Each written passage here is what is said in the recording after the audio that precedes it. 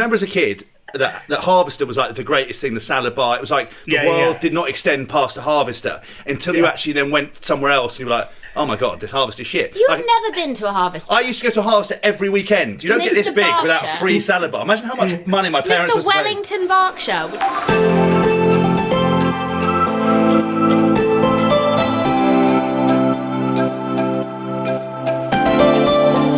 My name is James Haskell.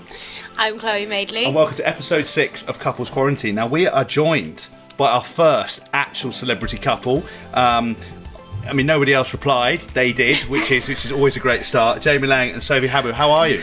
Yeah, but firstly, that's bullshit because, listen, I wasn't going to reply, and then I felt like I had to, James, because you did my podcast. I was like, well, there's no, I can't. I have to reply. Tit for tat. You've been so excited about this. I feel like you two have a bit of a bromance going on, so if we need to catch up with that. Watch out, guys. We'll be taking over by I quite like Sophie. She's already done him in the eye about 5 times. The podcast hasn't even started yet. Yeah, this is what we want, though. So, how are you guys, first of all? Yeah, we're good. We're sweet. Yeah, we're hanging out. We've just moved into a new flat, which is really nice.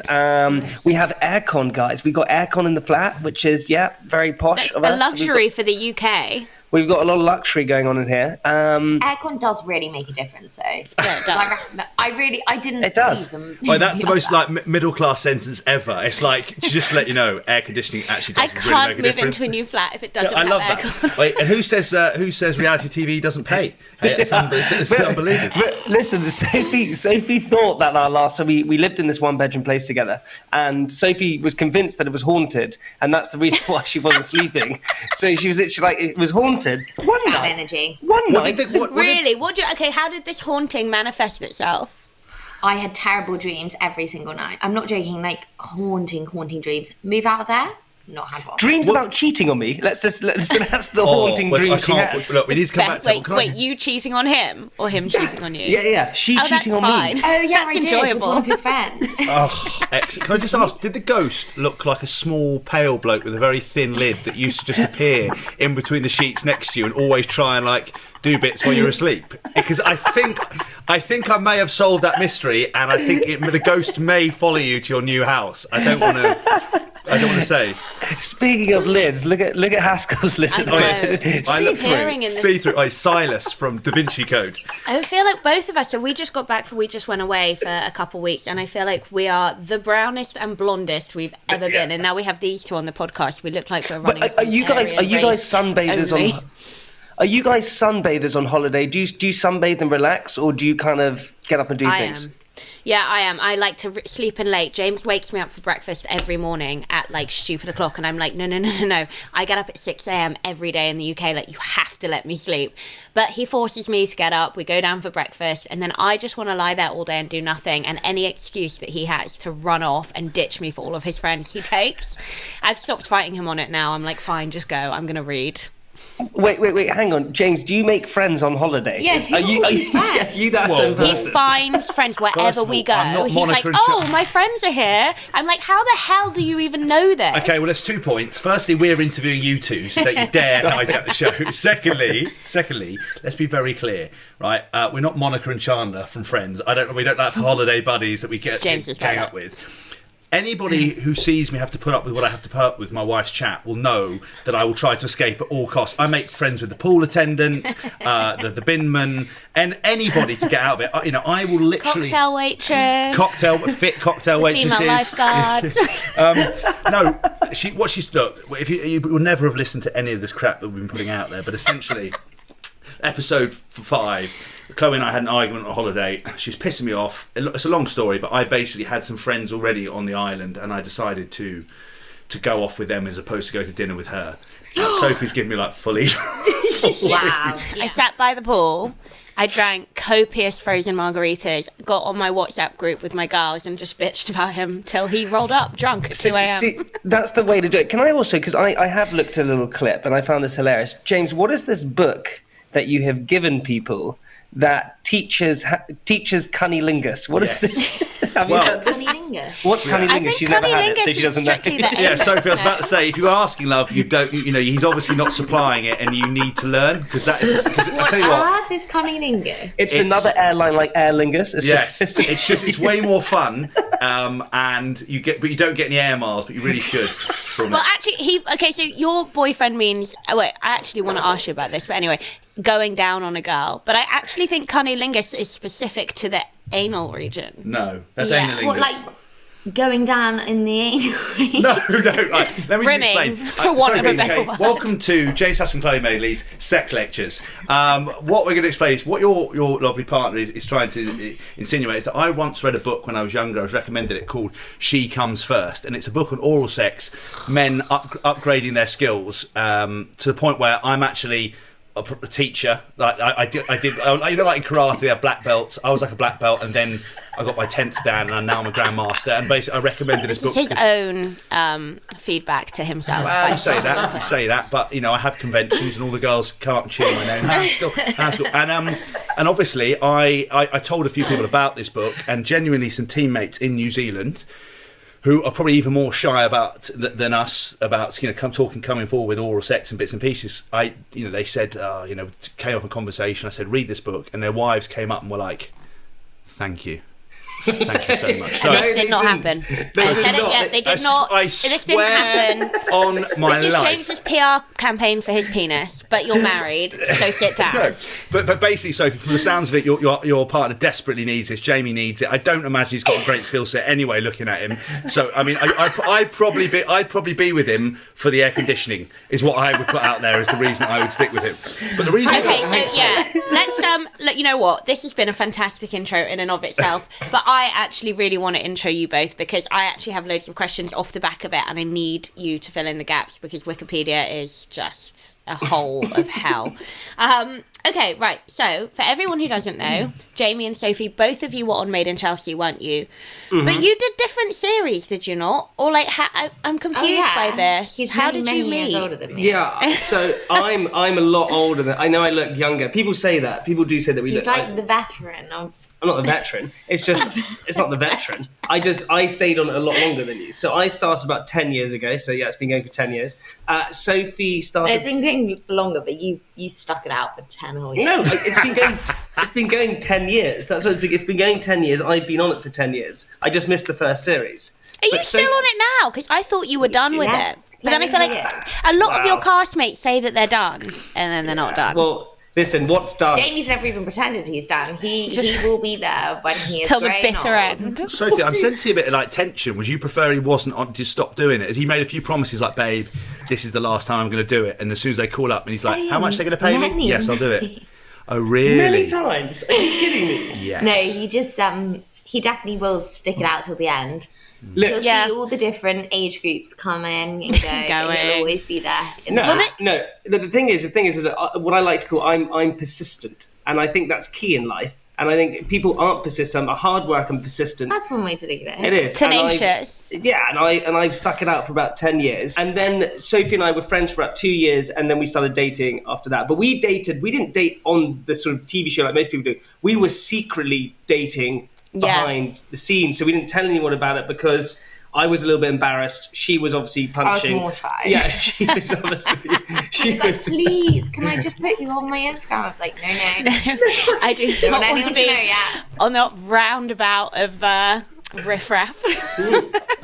But Exactly. But it was one of those things that, like, you know, we kind of kept it quiet for a while, and then it slowly came out, and because people were a bit upset about it because our friends had dated and things like that, and so it I was. don't think they asked to go this deep. Sorry, into it, I gave them a little bit more. Oh no, I love it because this is what I want, because I've got some friends who either have done it or are still on it, and the ones who are in relationships, actually I've known them throughout various relationships, say that it is really bloody hard on your relationship, and as soon as the producers find out, it is like a waiting game of how much drama they're going to throw your way. So I wanted to ask you, like, have you found it difficult on your relationship, and if so, how do you handle it behind closed doors and then kind of armor up when you go into filming? Like, do you have a strategy? Do you know, I don't I think both of us are quite like hot-headed, and neither of us sort of plan anything. So anything that's happened on the show has happened without any pre-warning. And there's definitely, if I could like plan it and go out with like the strong armor on, I would, but I definitely didn't. Listen, James, can I ask you a question? Okay, Yes. Here we go. If you're dating someone, right? You're just dating. That's all it is. Sleeping with them. No, so okay, you're sleeping. It doesn't matter. You're dating someone. You're not going out. You're dating. you're not going to win this battle. Well, watch me. You're just dating someone, okay, and you then sleep with someone else while just dating that person. You're not going out, just dating. Is that wrong? Right. Well, first of all, have you had a conversation? Have you had any kind of contact between? He practically had already said he loved me, so. Well, has he? Wait. Is he practically or had he? Because I'll be honest with you. I obviously, I know to look at me, you wouldn't imagine that I had much of a single past, and obviously I've only had eyes for my beautiful wife for the last 6 years. Mister, I used to give out books on going down on girls, and all these wives would throw themselves in their feet. They got the book after I'd gone down on them, signed. Oh, it was just you're welcome on it. For your next partner, because obviously sometimes it's like if you only ever eaten in a Harvester and then you go to Nobu and you go, oh my god, I can never eat anywhere else again. It's a bit like with me. I had to give them the book because they were never going to reach their Everest. Again, everyone has to reach base camp. But anyway, enough about me. More about you. I love how you pulled out Harvester as well. Yeah, Harvester. Because do you remember as a kid? Do you remember as a kid? That Harvester was like the greatest thing, the salad bar. It was like the world did not extend past a Harvester until you actually then went somewhere else and you were like, oh my god, this Harvester shit. You've never been to a Harvester. I used to go to a Harvester every weekend. You don't get this big without a free salad bar. Imagine how much money my parents Mr. Wellington Berkshire would go to Harvester on the weekend. I used to go to the Happy Eater. That was Happy Eater, beef eater. Sophie's too young for the Happy Eater. Yeah, she doesn't know I what it don't know is. what the Happy Eater is. Harvester is. Weirdly enough, that was my going down nickname, the Happy Eater. Good tie-in, well done. That was my brand. It was. Sorry. Oh god. Anyway, what I was trying to say was, I obviously fallen foul of this situation, but I think I wanted to do a whole show on this, but it's actually quite an interesting one. Is that sometimes when you slept with people, men are terrible at being honest, and it's something I've learned with being with my wife, that actually. A lot of times when people date girls or whatever, or especially from my situation, if I dated someone and say, for example, the chemistry wasn't there, the sex wasn't great, if I just fronted up next day and called them up and said, listen, I had a really nice time, but I just don't think the chemistry was right, or I don't think, the sex was, we didn't feel like we're compatible, but you're a lovely girl, and just left it, that would be way better than doing what I'd done, which is like ghost people, not talk to people, and everything else. I think also what I used to do is I used to be very honest. So if I was seeing a girl in your situation and I actually liked her, then I would have said, look, I like you, but perhaps, we're not exclusive or whatever. But if you haven't had the conversation and you've gone off and drilled a mate, then you're on pretty thin ice.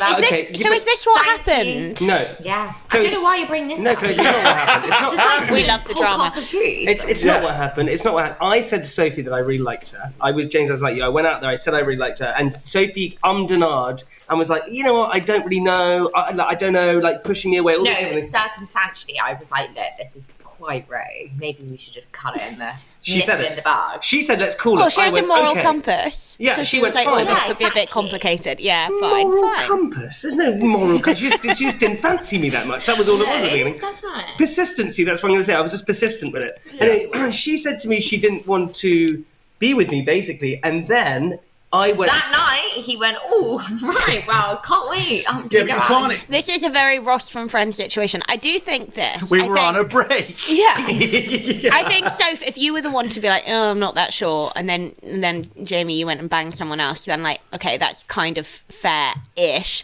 Unless this was like a little bit of like a temporary blip and you guys were already kind of off to the races in terms of being in a relationship, in which case you could have waited a week, mate.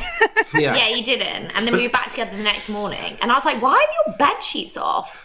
But how long until you told her? Because I feel like I could forgive James for a multitude of things, but it's the lying that I can't abide. Like I need the truth. So how long till you were truthful? I said lying. We had this conversation the other day. I think lying's just not okay in a relationship.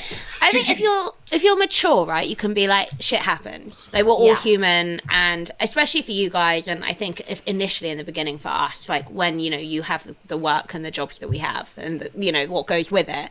It like shit happens, and you have to kind of figure it out as you go and be quite forgiving. But like, I can't be the only person in a room that doesn't know the situation, or I can't sit there opposite someone who's meant to love me and be lied to like over and over and over again and then forgive them. So that to me is the thing. So how were you honest? Yeah, see, that was the thing with Sophie. Right? It wasn't so much about the sleeping with someone else or anything like that. It was more about the fact that she didn't know. I had never told her about it. This kind of thing which I realised from that is that I sort of had been in relationships in the past or dated people in the past where I'd kind of gone around it. I was younger, whatever, and said whatever I had to say to get out of it. With Sophie, it wasn't like that. It was, you be honest or I'm gone. Yeah. And it was the first time I'd ever been in a relationship where suddenly I had lost the person that I really liked, and at that point, I really liked you. At that point, I suppose now. At that point, I thought you were brilliant. It's like, geez, now that I've lived with her, Jesus, aircon, let's get aircon. Oh my god! Like, oh my gosh, with the ghosts and the aircon. There's a ghost, there's aircon. But what I realised is that, like I said, I'd always been able to sort of worm my way back in, somehow said something or whatever. With Sophie, it was just that it was gone, and I was like, wow, actually, this person, and its boundaries, I knew there were boundaries straight from the beginning. If you can go out, you can have fun, you can do whatever you want, you can party with your friends, you don't have to, you can see me whenever. But as long as you're honest and truthful and treat me with respect, that's all I care about. And that was from the very beginning. And so I learned a pretty strong lesson early on that there was this line, and if you cross it, then she's gone. But that's good though. Like, it's really important early doors. Sometimes you have to go through that shit to draw the boundaries, to find out what they are, and then you know how to continue on in the relationship. Like we did. We had so many ups and downs and issues, and if we hadn't had them earlier on, I don't think we ever would have got married. Until we got you medicated, and a bloke with a high-powered rifle to take you out at any, if you had one of your moments.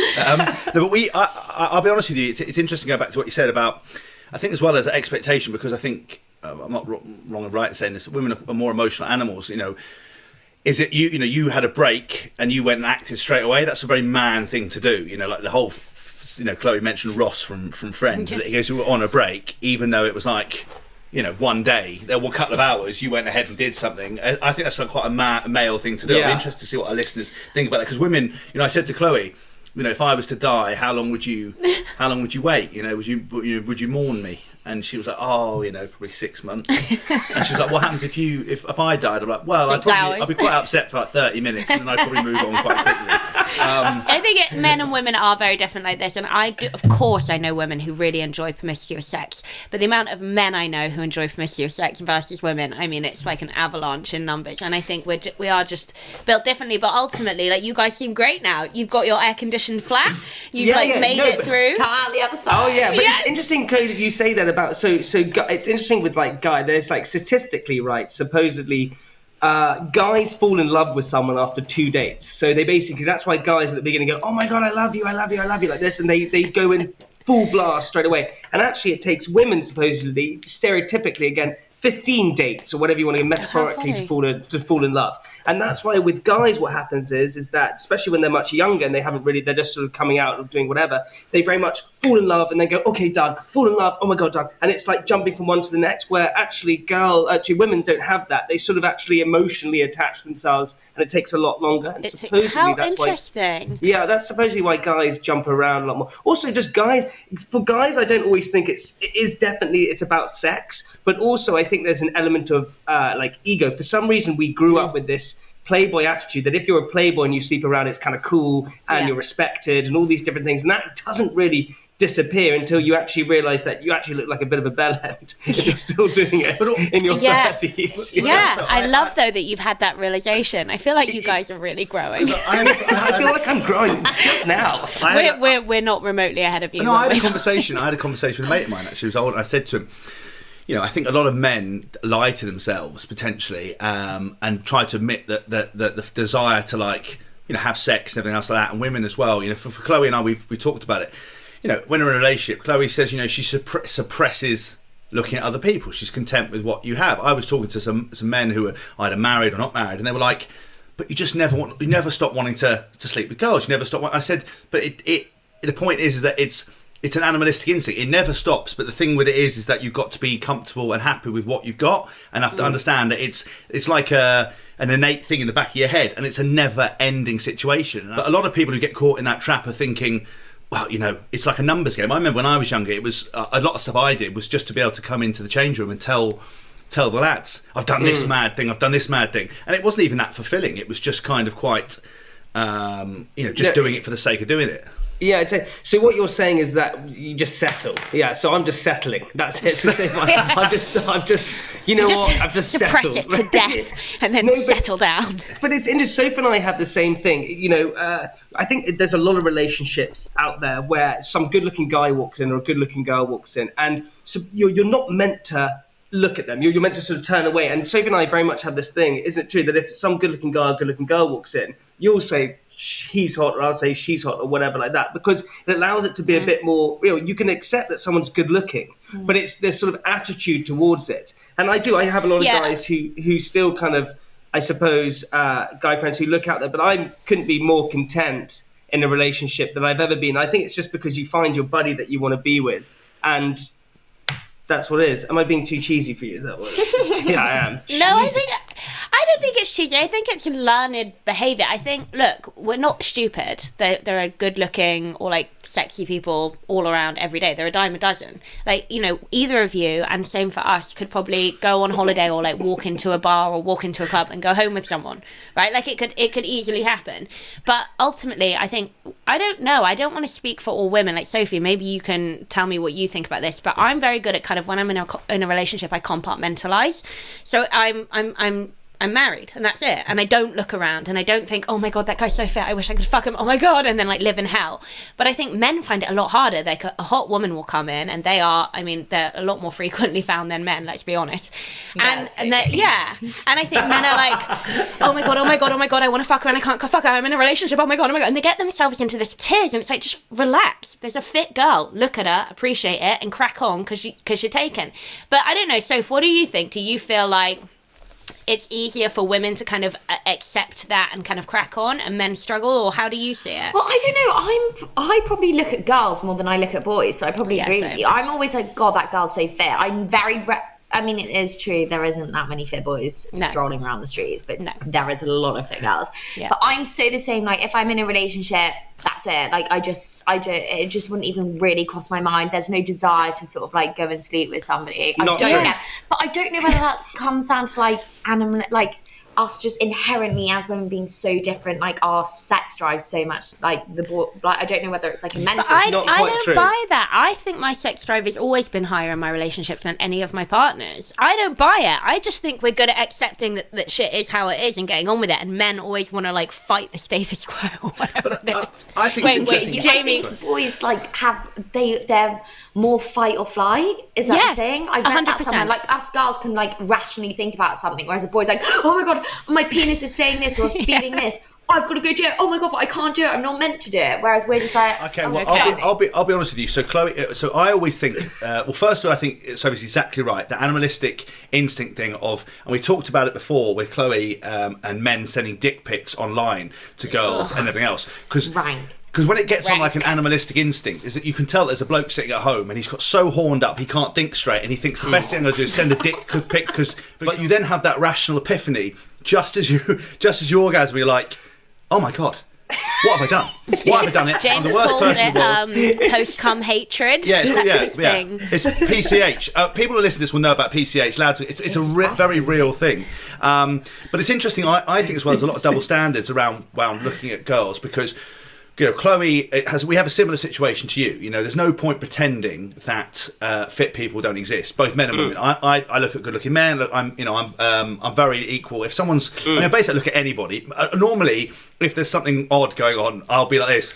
James was flirting with this guy in an ice cream shop the other day, and then on the way back he was drunk, and the way back he was like, that sexy little man that worked in the ice cream shop. I was like, babe, you're very sexually fluid. He was like, no, but you have to admit he's sexy. Okay, so the full story. So sexy little man. We were in Greece. He was tiny and he was gorgeous. We were in Greece, right? I walked into an ice cream. We walked into an ice cream park, and there was like mountains of homemade ice cream. First of all, they had like 2 scoops, 3 scoops, or like a real fat person 4-scoop system. And I went, Chloe, how many do you want? She'd had a few wines. She went, I have 4.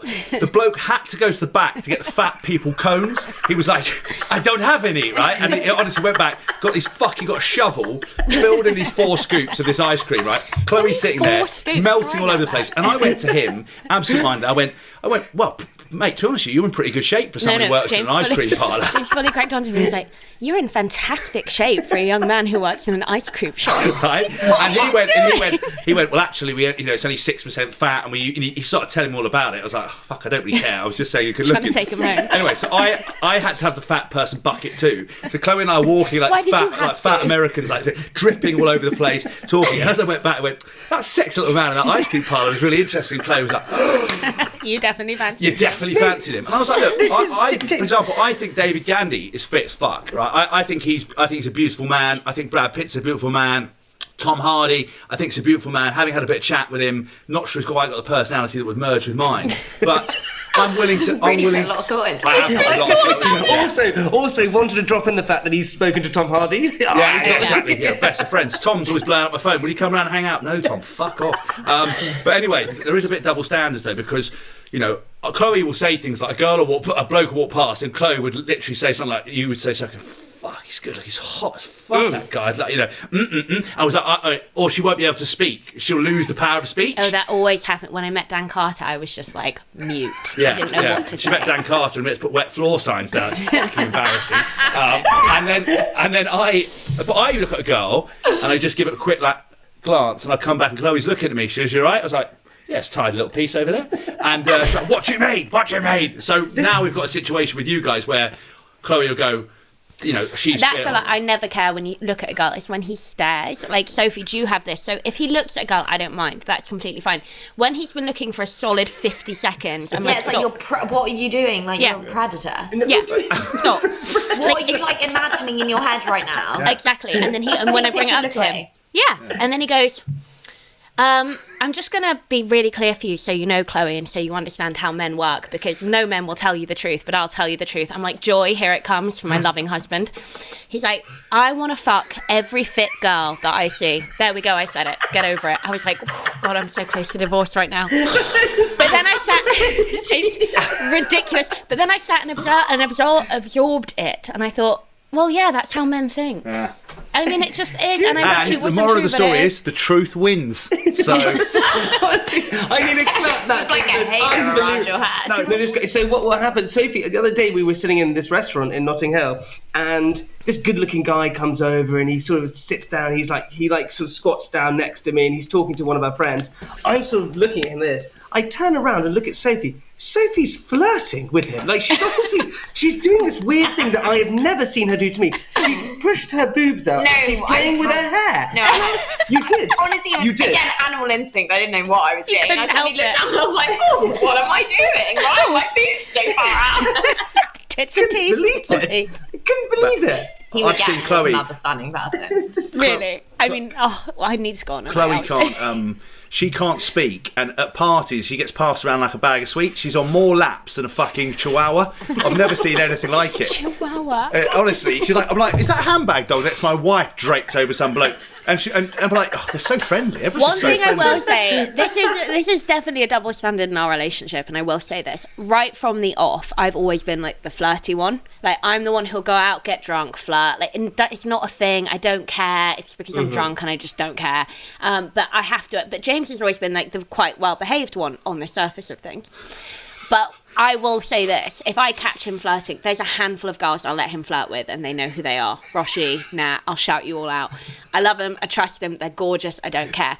But if I catch him flirting with anyone who doesn't fall in that bracket, it is on. Like, that is game. I'm so with you. Okay, is there an argument to say that, look, you guys are, you can see by your rapport, by everything, just by, not just the fact that you guys married and things like that, but just how you are with it. You're so good with each other and comfortable. And I would like to think the same as Sophie and I. However, isn't there just sometimes when if you sat with someone, if you're in a relationship that you're kind of strong in, you respect each other and stuff like that you aren't able to flirt with someone if you just sit there and you're flirting with that person because it's just a natural thing to do. Is that wrong to do? Yes. Not saying that I do that. It depends on the person.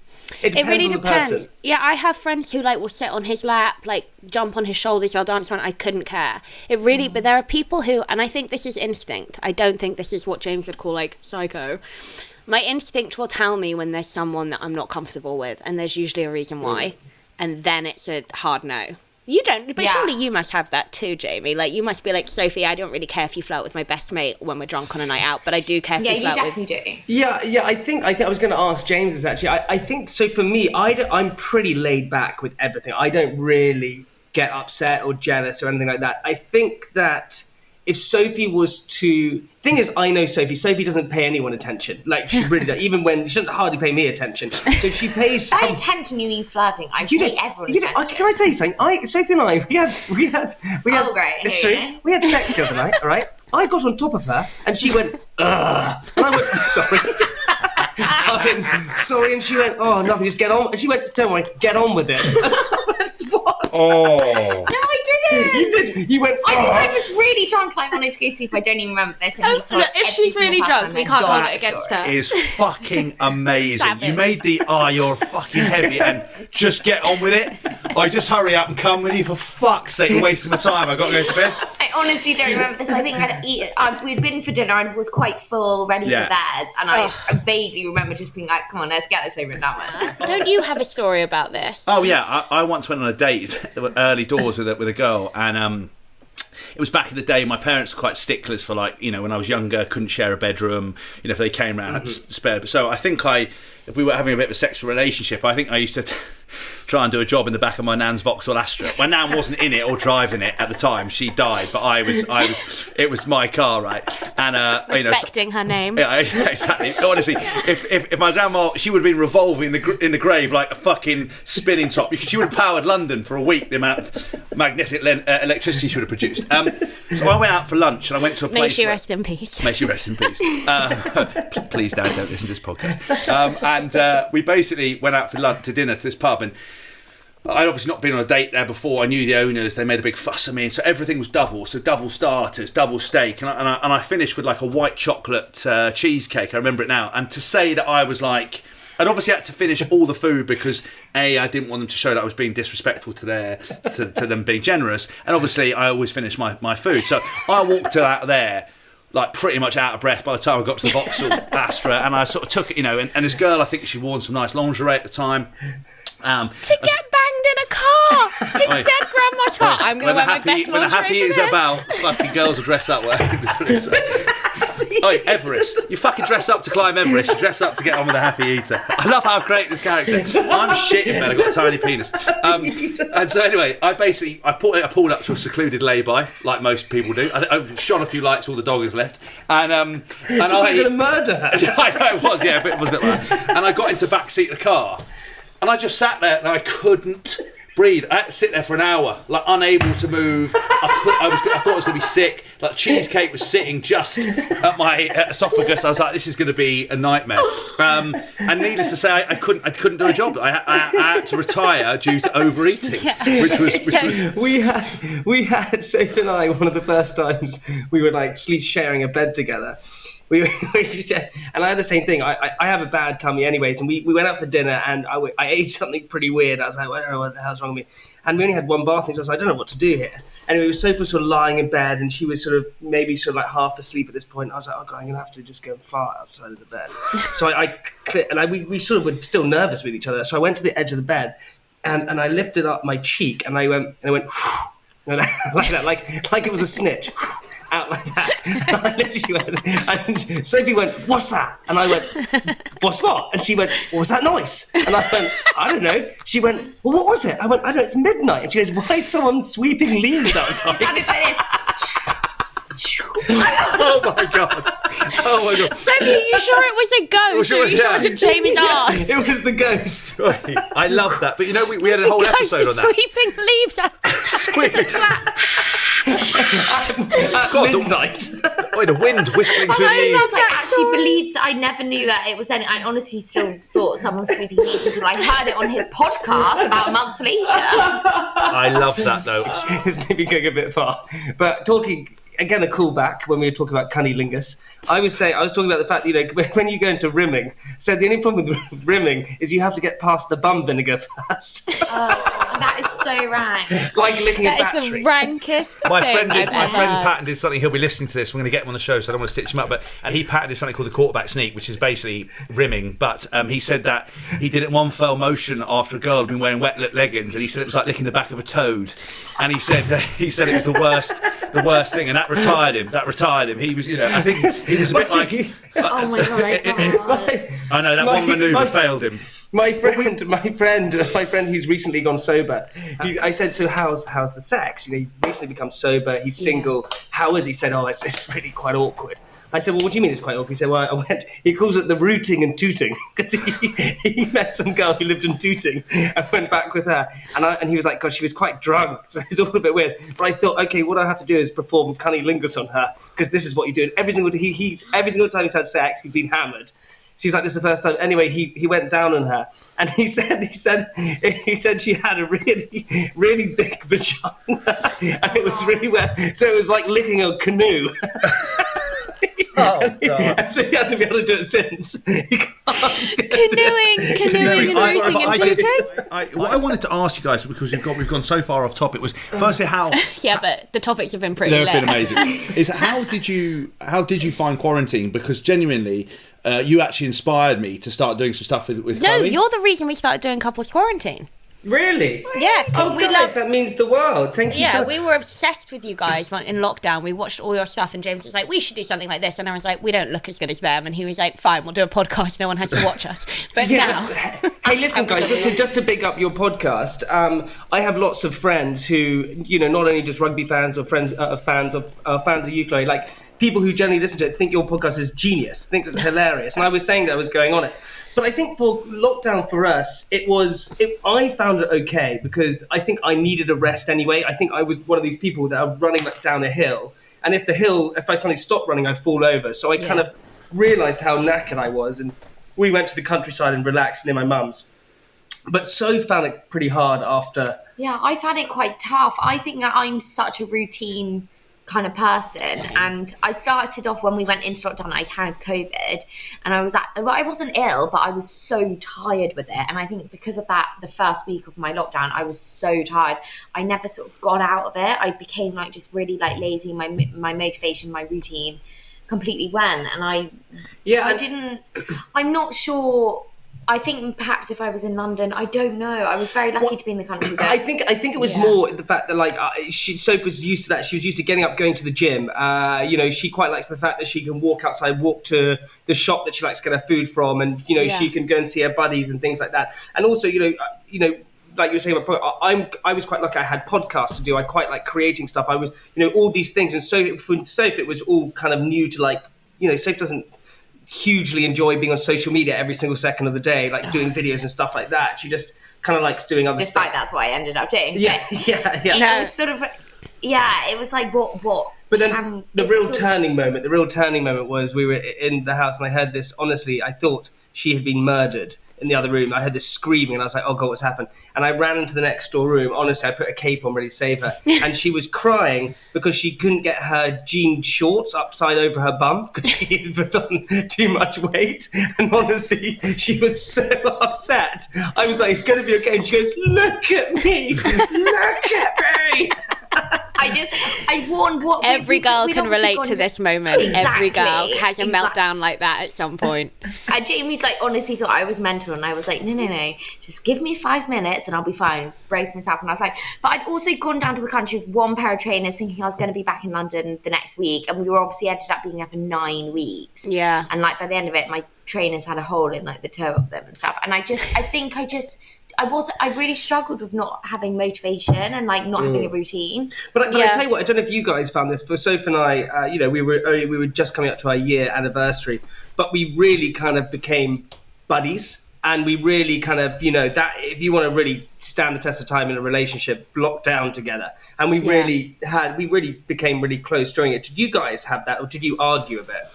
Well, I was actually going to say that I think for some couples it's been the end, but for other couples it's really actually condensed down all the stuff you would have gone through in 6 months, a year, 2 years, 3 years into a short period of time. And I actually think for some people it's probably highlighted whether you're with the one or not.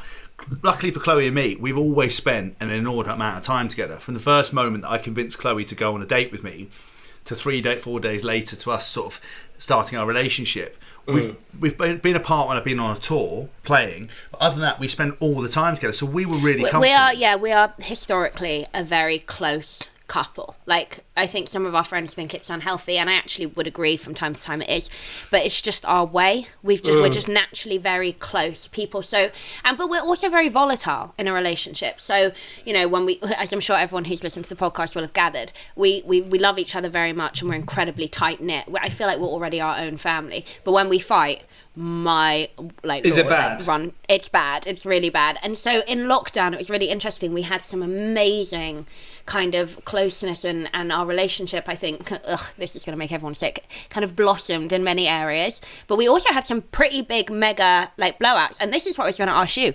We fight about the same 2 or 3 things. Yeah. I mean, since the beginning of our relationship. What are those things? Should we get a dog? Was a big one in lockdown. Oh, we had that. Yeah, okay. Yeah. Well, this is what I was going to say. Do you side? have it as well? Is this like a thing? I want to... Well, how long have you been together, actually? We've been together just over a year, but do we fight over the same... Oh, look, I'll be actually honest. Jamie's pretty great.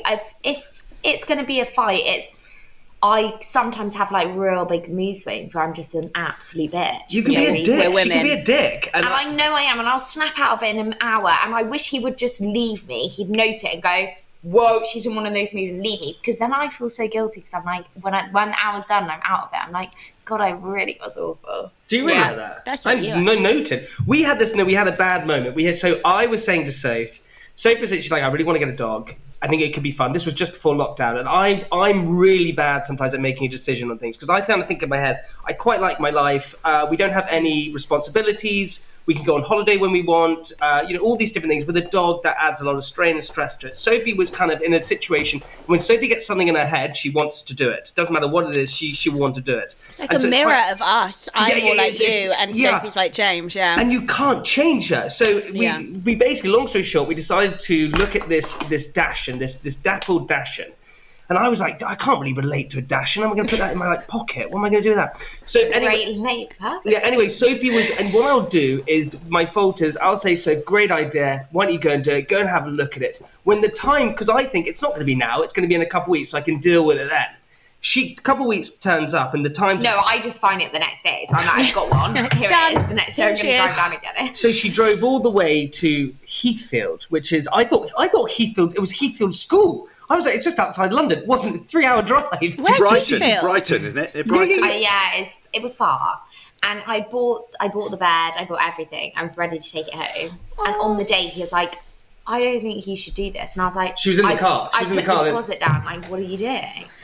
Yeah, it was bad. So that happened. So then, anyway, she got really upset and really cross about it. So she said, fine, I won't do it. That happened. We then go into lockdown. And I said, quite a good time to get a dog. She's like, Jamie, you serious this time? She's like, I'm like, look, yeah, let's do it. All these different things. Spoke to my mum about it. She was like, kind of fun idea. We found this little Cavapoo. I was like, great. We did this. We started driving there. As we're about half an hour into journey, I was like, we can't do this.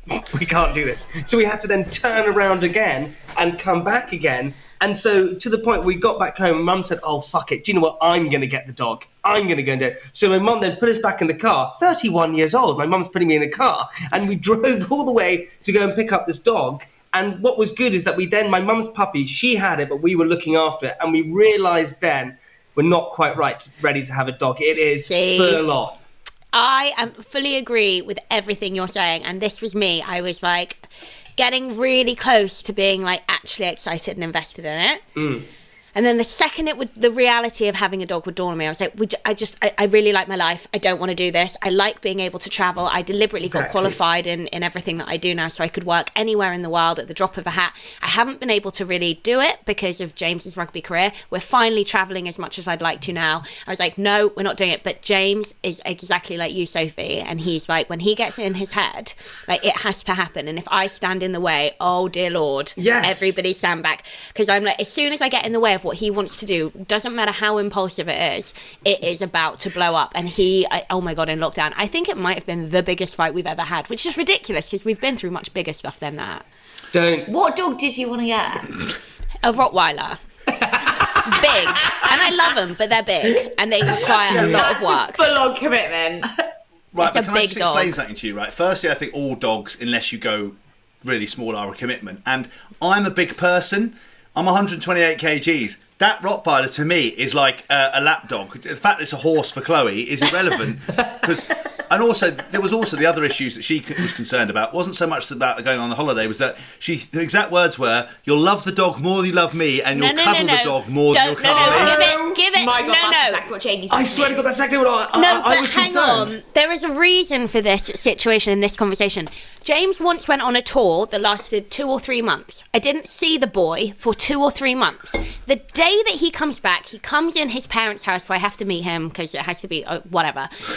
I give him a hug, like I say, hello, blah, blah, blah, we talk. And I'm like trying to take care of like my man. And I'm like, do you want anything to eat or drink? He's like, you know what, I'd like love a gin and tonic. I'm like, okay, cool. So haven't seen him in 3 months, have just spent maybe 2 minutes max with him. Go into the kitchen to get him a gin and tonic, come back, him and the dog are asleep on the sofa.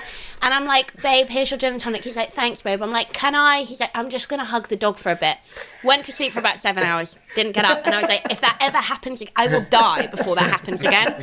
So that's why. But anyway, please, Jamie, you please pick up. No wonder you're scarred. Do you know what? But Chloe, I was the same as you. Sophie's sort of like, so in a sense, she can only, if she wants something, she's like the happy eater. If you want something, he has to go for it. He needs it. So that's the problem. But so I was concerned. I was a bit like, I'm worried that you can only love one thing at one time. At so one you're time. might just start loving this dog, and then I'm gonna just have no attention. And that's what happened. Even though this puppy wasn't ours, you gave it. I walked into the sitting room, into this like kitchen area, and she was pulling poop out of this dog's butt because it couldn't. I was It had a problem. I couldn't believe it. Well- You've never done that. You've never gone near my arsehole. Well, And there you are, spreading the cheeks of our new dog. it must be interesting because, you've got the bloke brushing up the leaves outside the window, and then you've got pulling. I can't imagine. Yeah, I mean, I just before because we've kept you guys longer than we wanted to, so we will wrap it up. But do you think? Are you definitely closer, and have you learned a lot about each other and sort of techniques for dealing each other's little faults? I mean, you can't get rid of the wind, the farting out the bedroom thing, but everything else. I think we're definitely closer. Yeah. And I think, I don't know, I think you don't, to be fair, you are quite easy. You're quite a nice guy. I think what it is that probably like most of us, I went to boarding school from the age of 8 years old, so I'm used to living with people who come from different places, different backgrounds, different personalities, different issues, problem, whatever it is.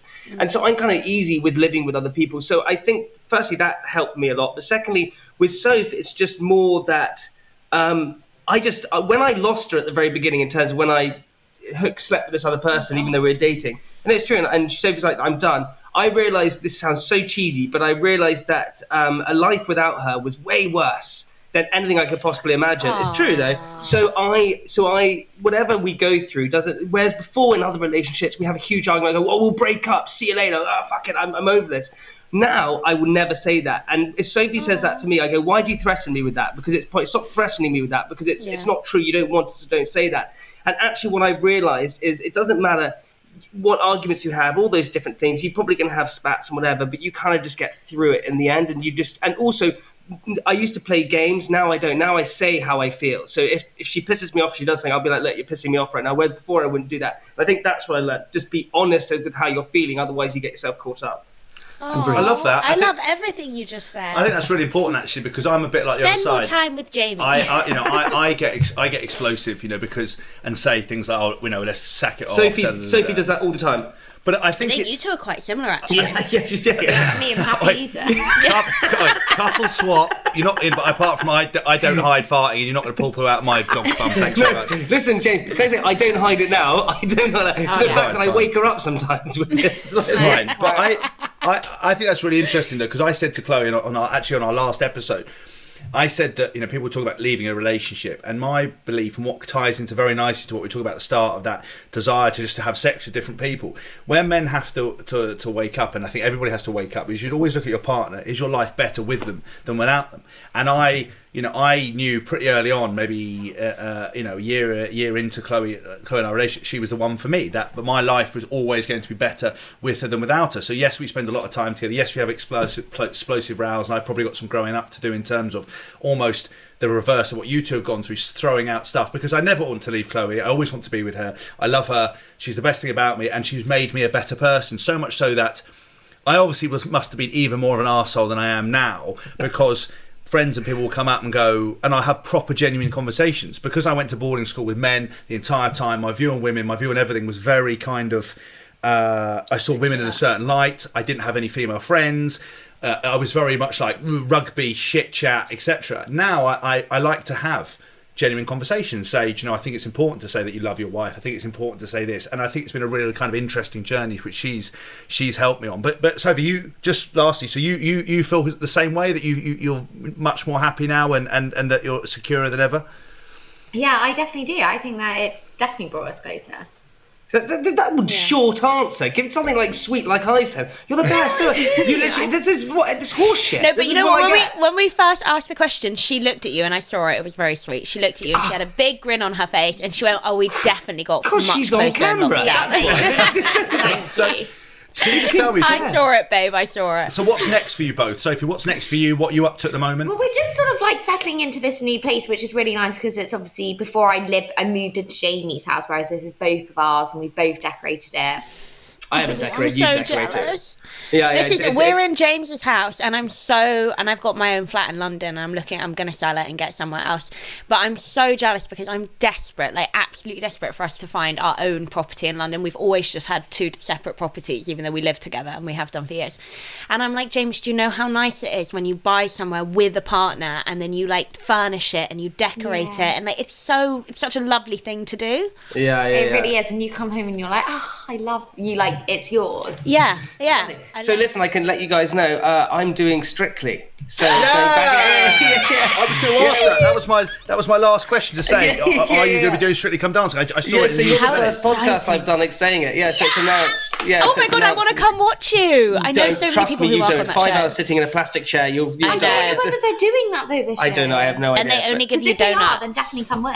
Yeah. I mean, I will come with. I'll be there with my like mini vat of Sauvignon Blanc. Because Chloe and I, I'll be with you. Babe, you're gonna smash Strictly. I'm so excited for you. Sophie, how do you feel about this? Are you excited or nervous? I'm so excited. I'm really, really happy, because he was so gutted last year. So I'm just so happy you've been given another shot. Yeah, what happened? Was it your foot that you did something to your foot? I had this plantar fascia, James. You know the plantar fascia ligament snapped. yeah. It's Yeah, just happened to freaking awful. And it was. I had a what's those injections that you get? Cortisone. I had a cortisone injection. It healed. It didn't feel the pain, but then it just loosened it and made it weak. And then I was dancing on it for 3 weeks, and just the whole thing snapped. Yeah, that happened to him. Yeah. just before we wrap this up, where can they find you guys if they want to listen to your anything you wanna podcast on social promote. media? Let us know. Yeah, Private Parts Podcast, go and have a listen to that. Acast, iTunes, that would be super amazing. Instagram, Sophie Habboo, lots of her in bikinis. Oh showing my her god, butt your off. Instagram is everything. I'm not allowed to look Yeah. at it because apparently I got You a bit can follow her. starey. You have permission. I got a bit starey again. We've come a long way from Happy that. Eater got hungry. Wait, she was like this. I was like, "What are you doing?" I was like, "I was researching the podcast." I was definitely researching the podcast. So please feel free. You have permission, full permission. Oi. Just stop short of happy eating, yeah? Chloe, can we just please just accept that James's new nickname is the Happy Eater? Hashtag happy eater, but like that. What are you doing, James? I'm researching Sophie again, but she was on the podcast last week. Was she? And Jamie, where can they find you? Stop freaking everyone out. Sorry. No, just on Instagram as well. Just Jamie Laing. Just Jamie Laing. It's fine. But yeah, go and check out our podcast, Well Private Parts. That'd be amazing. That's all I can.